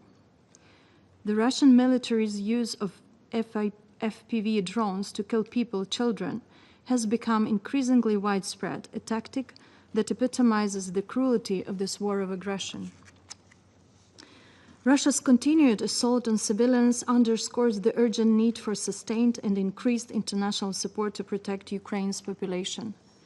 We are profoundly grateful to all partners providing air defense systems and other essential security assistance. We urge the continued and expanded supply of these vital capabilities, because for millions of Ukrainians, these systems are the difference between life and death. Enhanced military support to Ukraine is vital and is not designed to prolong the war, as the Russian side falsely claims, and will do so next week at this chamber. On the contrary, this assistance helps to stop Russia's war of aggression. If the aggressor state does not feel the consequences on its own territory, it will never stop its colonial war. Mr. President, while the Security Council meets every month and discusses the Russian Federation's war of aggression against Ukraine, Russia gradually continues its efforts to legitimize the temporary occupation of Ukrainian territories through the systematic militarization, indoctrination, and assimilation of Ukrainian children and youth. Under the guise of educational and so-called patriotic programs, Russia enforces a policy of Russification, implements its nationalist agenda, integrates local youth into its military structures, and cultivates loyalty to the Kremlin's regime, all while attempting to erase Ukrainian identity. A key component of this policy is the involvement of children and adolescents in paramilitary organizations. Through state-run movements such as Young Army, and the Movement of the First, the Russian Federation is building a mobilization reserve to sustain its war of aggression not only against Ukraine, but also against what it labels the collective West and other perceived adversaries. These actions constitute clear violations of Russia's obligations as the occupying power under international humanitarian law, as well as international human rights law, including the Universal Declaration of Human Rights, the International Covenant on Economic, Social, and Cultural Rights, and the Convention on the Rights of the Child. Russia is exploiting education and leisure, spaces meant for development and growth, to indoctrinate and militarize children whose worldviews are still forming. They are being turned into tools of war propaganda within a system disturbingly reminiscent of North Korea. We call on the international community to confront these egregious violations and to hold the Russian Federation accountable for its systematic attempts to normalize war of aggression, temporary occupation of the territory of Ukraine, and the instrumentalization of children in its war efforts. Mr. President, the Russian Federation continues to pursue criminal policies aimed at forcibly altering the demographic composition of Ukraine's temporarily occupied territories. Under the pretense of mortgage and housing assistance, Russia is actively resettling its own citizens into these areas, a strategy designed to entrench its temporary occupation of the territory of Ukraine and undermine the rights of the local population. Through a preferential mortgage program, the Kremlin has created favorable conditions for Russian citizens, including military personnel, educators, families with young children, and workers in the cultural and social sectors to purchase property in the temporarily occupied regions of Ukraine. This program is available exclusively to Russian citizens, effectively excluding Ukrainians and using housing as a coercive tool to pressure them into accepting so-called Russian passports. Furthermore, the Kremlin has drafted legislation setting out procedures for the administrative, that is, forced expulsion of so-called foreigners residing in the temporarily occupied by the Russian Federation territory of Ukraine who have not regularized their legal status under Russian law. In reality, this includes Ukrainian citizens who, through no fault of their own, remained in the temporarily occupied territory of Ukraine but refused to accept Russian citizenship. These individuals are now labeled disloyal and deemed a threat to the Russian occupation administration and are therefore subject to expulsion from their own country. These actions represent a flagrant violation of international humanitarian law. There must be no normalization of aggression through normalization of relations with the aggressor state, the Russian Federation, for as long as it continues to pursue imperialistic ambitions. And you have just witnessed how maniacal Russia is about Ukraine. Nor can there be normalization of Russia's perception as an influential power. Influence cannot be divorced from responsibility. As the renowned Ukrainian philosopher Grigory Skovoroda wrote back in the 18th century, I quote, "It is commendable not to be liked by bad people," end of quote. In the case of the Russian Federation, we say, it is commendable not to be liked by a rotten state. Mr. President, it has been 136 days since the United States have put forward a proposal for a full and unconditional ceasefire. Ukraine has accepted it and has been consistently demonstrating readiness for diplomatic engagement. Ukraine has a clear political will. We remain open to any format that offers a path toward comprehensive, just, and lasting peace for Ukraine. By contrast, the Russian regime continues to show blatant contempt for diplomacy. It consistently rejects credible peace proposals and ignores repeated calls for a full and unconditional ceasefire. Russia could end this war at any moment. Instead, it chooses escalation, launching strikes on peaceful cities and intensifying offensive operations in pursuit of military advantage. Russia also uses peace efforts to spread in manipulative narratives. Following a recent negotiation round held in Istanbul on July 23, its representatives made misleading public claims regarding the initial list of abducted children submitted earlier by Ukraine. We must clarify these facts. This initial list of 339 names was submitted by Ukraine as a confidence-building measure. To date, Russia has provided fragmented responses, offering partial information on fewer than 1/5 of the children. There has been no response at all concerning over 200 children, including those from the Kherson orphanage. Russia mentioned children from the list allegedly returned.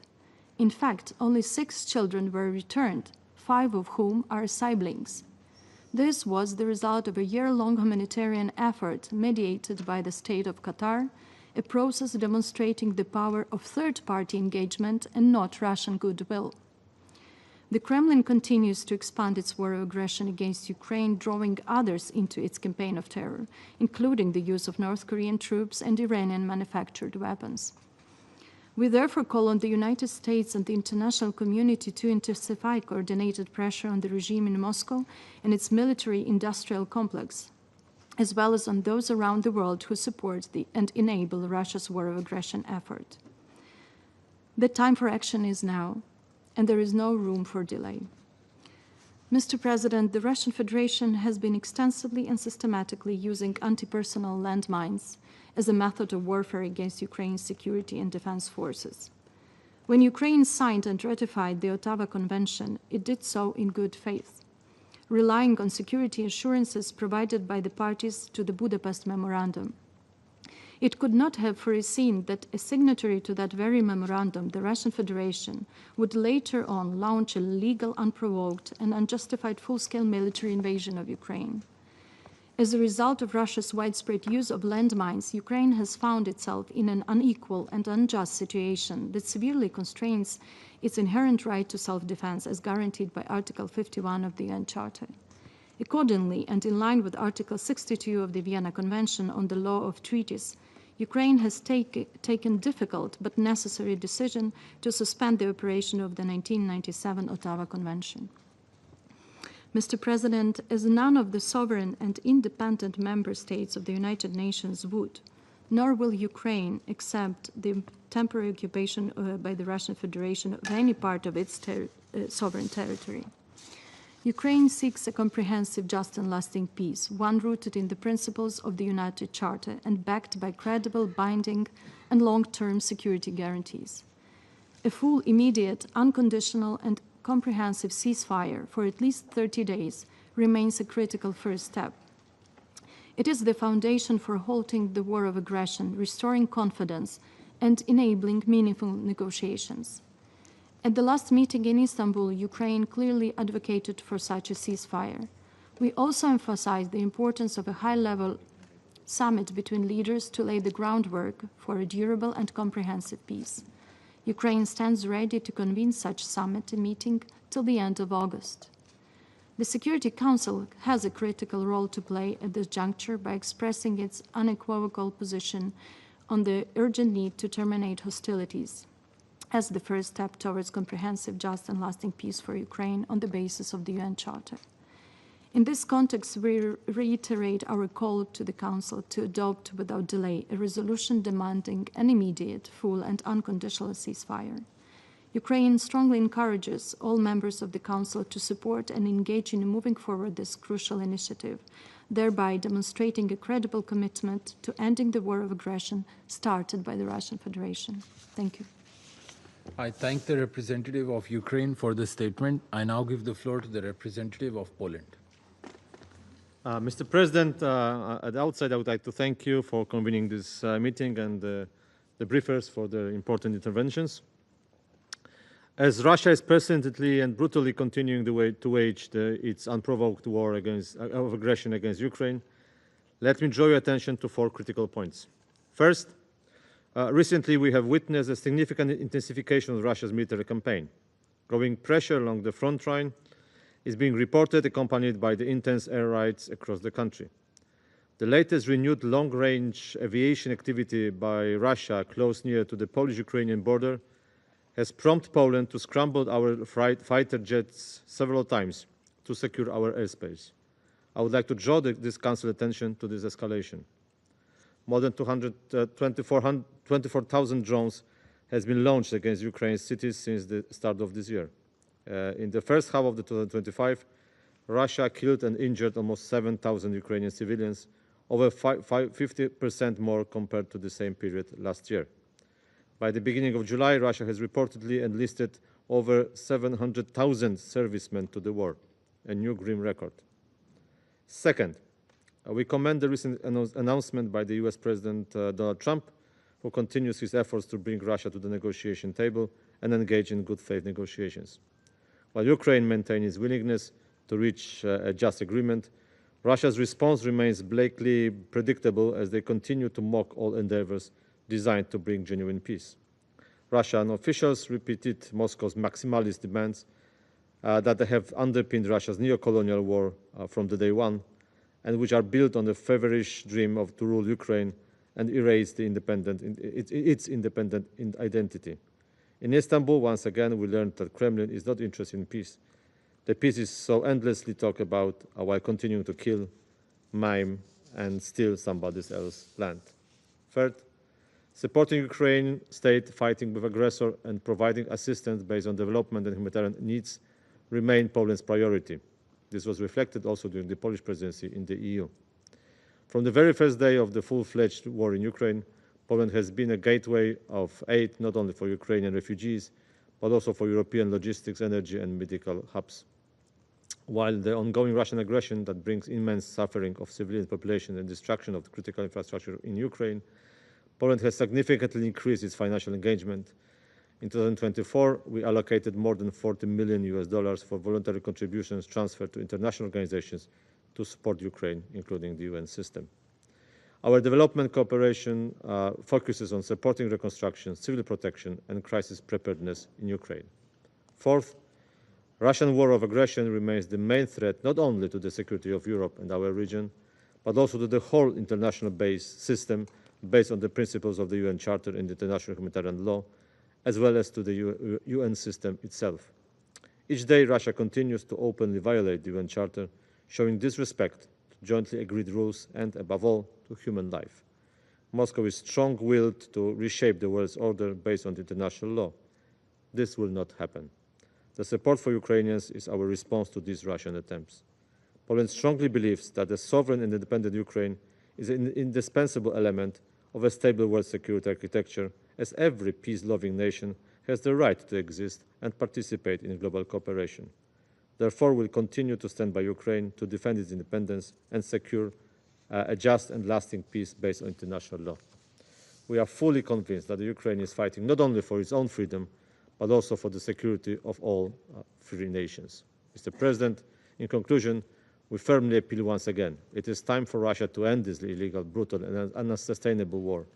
We welcome Ukraine's interest in genuine negotiations and call Russia to engage in peace talks and to stop conducting conducting the attacks on civilians and civilian infrastructure in Ukraine. Furthermore, we urgently, persistently call for the return of the kidnapped Ukrainian children. And I thank you. I thank the representative of Poland for the statement. I now give the floor to His Excellency Mr. Stavros Lambrinidis, Head of the Delegation of the European Union to the United Nations.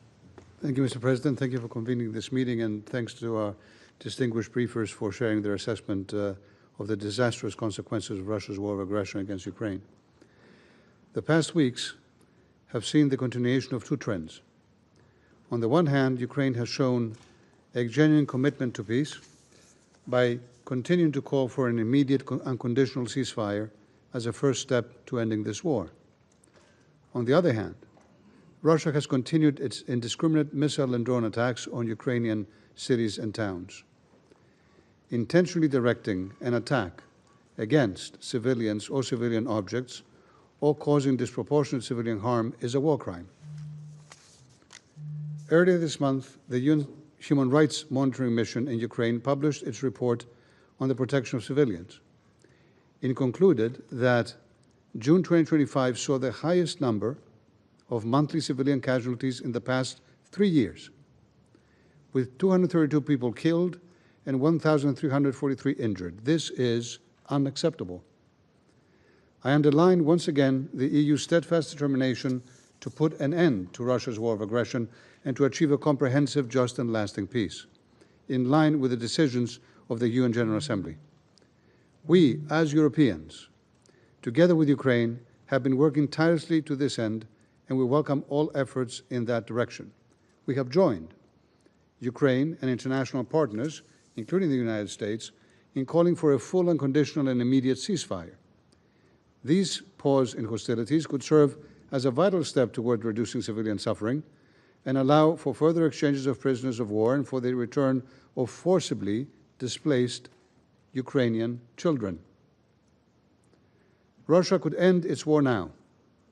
It could accept a full and unconditional ceasefire, as Ukraine has. We call on the Council to exert maximum pressure for a ceasefire. This would provide space for meaningful talks aimed at ending Russia's war of aggression and achieving a comprehensive, just, and lasting peace grounded in the principles of the UN Charter and international law. We urge Russia to cease its aggression and withdraw all its forces and military equipment from the entire territory of Ukraine immediately, completely, and unconditionally. I remind this Council that Ukraine has an inherent right of self-defense under Article 51 of the UN Charter. Russia is the aggressor. Ukraine is the party defending itself. There can be no sitting on the fence on this. Furthermore, the EU strongly condemns support by third countries and actors and entities therein which enable Russia to sustain its war of aggression. The EU condemns the continued military support provided by Iran, Belarus, and the DPRK. We urge all countries to immediately cease any direct or indirect assistance to Russia in its war of aggression.